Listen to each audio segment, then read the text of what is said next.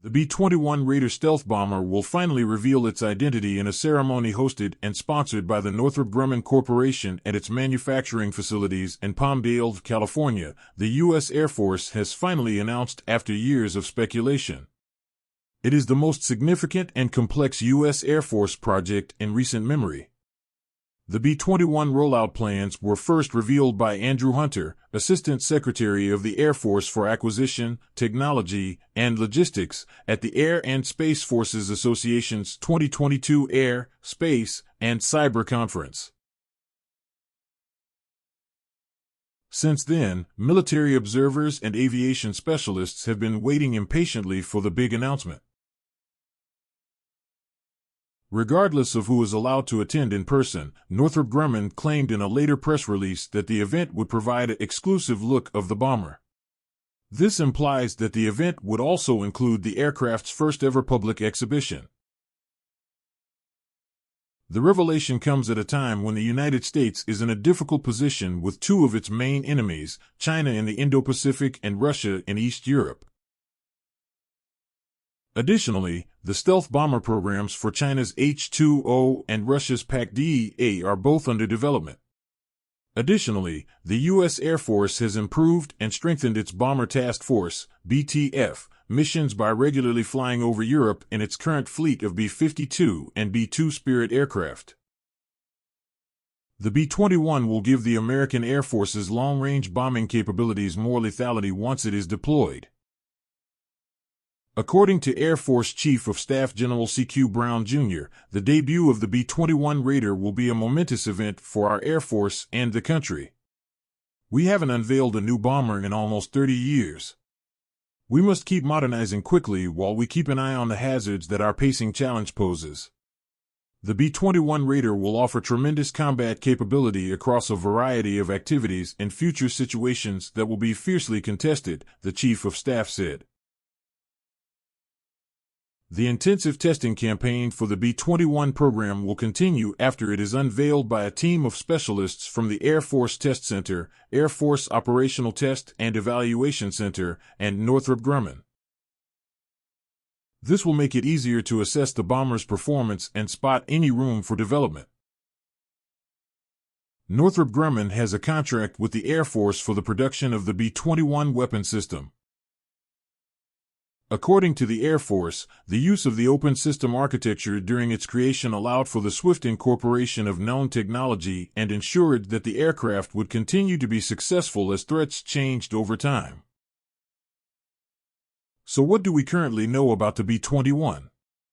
The Long-Range Strike Bomber, LRSB, program, for which Northrop Grumman was given the contract in 2015, has been shrouded in secrecy, and production of the nuclear-capable B-21 is no exception.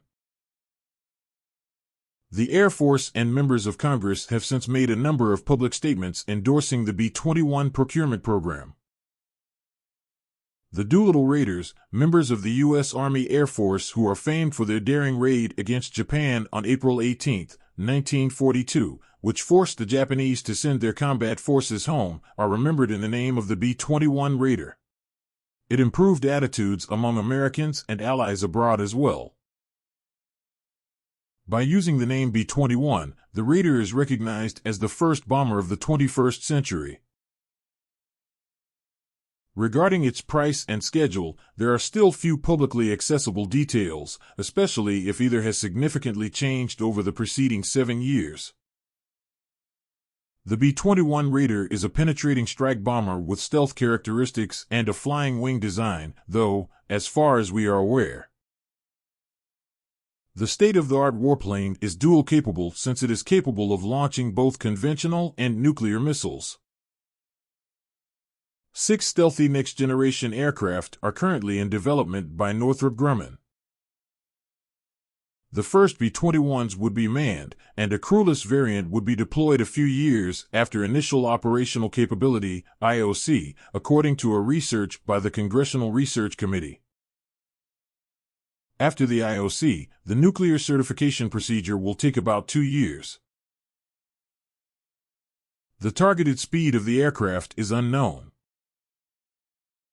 The B-21's long-range capability, large payload, and financial limitations, however, indicate that it will likely be subsonic. We currently don't know anything about the Raider's size, stealth, structure, or onboard sensors. The B-21's engines are located towards the wing root, where the wings and fuselage meet. The Raider's 4-Engains infrared signal is concealed by overwing exhausts and angled engine air intakes. The plane will probably be a sizable strategic bomber with the capacity to carry nuclear and conventional missiles. The Long-Range Standoff, LRSO, Next-Generation Cruise Missile is what the U.S. Air Force plans to equip the B-21 with for nuclear operations. The B-61 family of nuclear gravity bombs, including the brand-new B-61-12 with the ability to dial a yield, will be able to be transported by the warplane. Additionally, the Raider might be equipped with JASSMER conventional cruise missiles and 2,000-pound GBU-31 Joint Directed Attack Munition satellite-guided bombs for conventional strikes. The B-21 Raider is a welcome addition at a time when the American bomber fleet is beginning to appear dated and obsolete. The B-2 and the B-52, the two main bombers of the USAF, are both well past their prime in age. The B-52 and B-2 flying alongside the B-21 stealth bomber would be a force multiplier, even if the Air Force has not disclosed any plans for phasing them out. The Raider is allegedly planned to make its first flight somewhere in 2023 rather than 2022, as was previously anticipated. The results of ground tests will determine the precise time of the first flight, according to a Northrop Grumman press statement. Following the establishment of squadrons at Whiteman Air Force Base in Missouri and Dyess Air Force Base in Texas, the first B-21 squadron will be stationed at Ellsworth Air Force Base in South Dakota.